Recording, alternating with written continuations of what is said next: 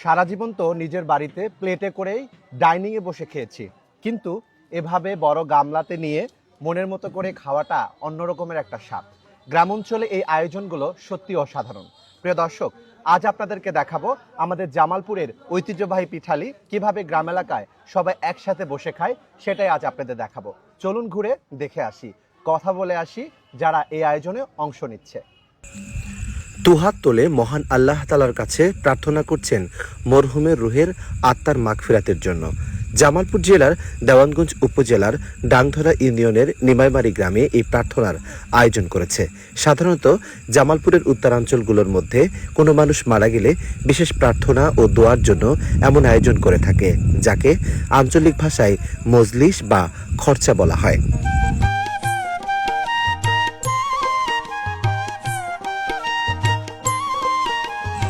এই আয়োজনের প্রধান খাবার থাকে পিঠালি, মেন্দা বা মেলানি।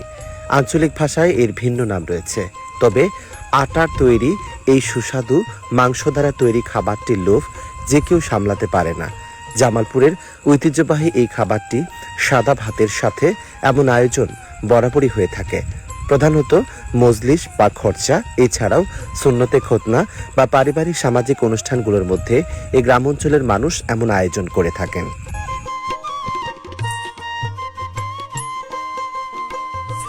সাধারণত মরহুমের নিকট আত্মীয় ও পাড়া প্রতিবেশী এবং শুভাকাঙ্ক্ষীদেরকে এই আয়োজনে দাওয়াত করা হয়। এই আয়োজনের মধ্য দিয়ে শুধুমাত্র একসাথে খাওয়াই হয় না, এর মাঝে আমাদের সামাজিক এবং পারিবারিক সম্পর্কগুলো আরও সুদৃঢ় হয়। এই খাবারের অনুভূতি সত্যি অন্য রকমের। সবার মধ্যে একদিকে যেমন মেলবন্ধন, অপরদিকে ভ্রাতৃত্ববোধ, সহানুভূতি বাড়ে বহুগুণে। সাধারণত আমাদের এলাকায় কেউ মারা গেলে অথবা যে কোনো সামাজিক অনুষ্ঠানে আমাদের জামালপুরে সেই ঐতিহ্যবাহী খাবার তৈরি করা হয়, সেটার নাম হচ্ছে পিঠালি, অনেকে মেন্দা, অনেকে মেলানিও বলে থাকি।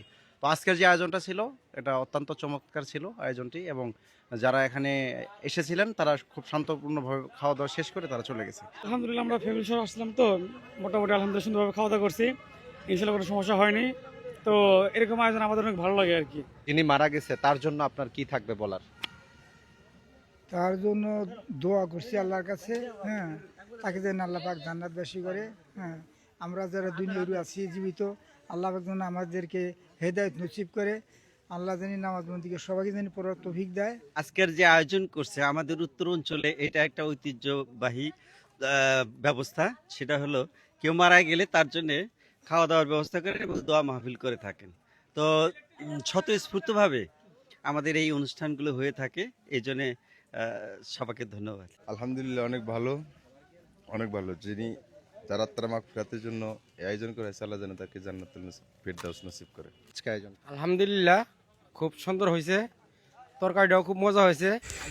গ্রামের এই আয়োজনগুলোর মধ্যে এক শ্রেণীর মানুষ থাকে যারা সবসময় সবার সেবায় নিয়োজিত থাকে।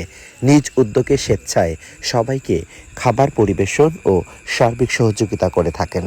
তারা এই সহযোগিতা আর মানুষের সেবা করতেই যেন তৃপ্তি খুঁজে পান। 4 মণ চাল পাক করছে, 700 মানুষের খানা, কোনো সমস্যা হয় না। ইনশাআল্লাহ খাবার হয়ে গেছে। খাবার হয়ে গেছে ইনশাআল্লাহ। যে রান্নাটা করেছেন এটার নাম কি খাবারের? মিল্লি ভাত, এটা মিল্লি ভাত বলে সবাই জানে। মিল্লি ভাত বা মিন্দুরি ভাত এরকমই বলে সবাই। কিন্তু এর মধ্যে এটা আয়োজন মানে এই রান্না করতে গেলে প্রধানত কি কি উপকরণ লাগে? প্রথম লাগে মানে আমার 20 কেজিতে 4 কেজি চাউলের কুড়া দেই। এটা বলে আপনার ওই যে চালের কুড়া দেই 20 কেজিতে 4 কেজি। এটা আওলা চাউল বলে, যেটা আমরা বলি, বা আতপ চাউল বলে, এটাই আর কি। তো এটা রান্না করতে কিরকম সময় লাগে? সময় লাগে আপনার সর্বমোট, মানে আপনার ওই ইয়া দিয়া তেলানি দিয়ে মোট 2 ঘন্টা, 2 থেকে 2.5 ঘন্টা। মোট 700 মানুষ দাওয়াত করা হয়েছিল, কিন্তু ইদানিং আমি 600 মানুষ খাওয়া ফেলাইছি। বর্তমানে একটুটা তরকারি শর্টের মধ্যে, তবে তারপরে আমি বন্টন করতে পারবো আর কি, কম বেশি করে। আপনি এ পর্যন্ত কত বছর ধরে রান্না করেন? আমি 2004 সাল থেকে শুরু করছি এই রান্না বান্না, আজকে পর্যন্ত আছি আর কি। সমাজের সবাই একসাথে এই খাওয়াটা শুধু খাওয়াই নয়, একদিকে যেমন একে অপরের সাথে ভ্রাতৃত্ববোধ বন্ধন বৃদ্ধি পায়, অপরদিকে সামাজিক সম্পর্কগুলো আরো অটুট থাকে, অম্লান।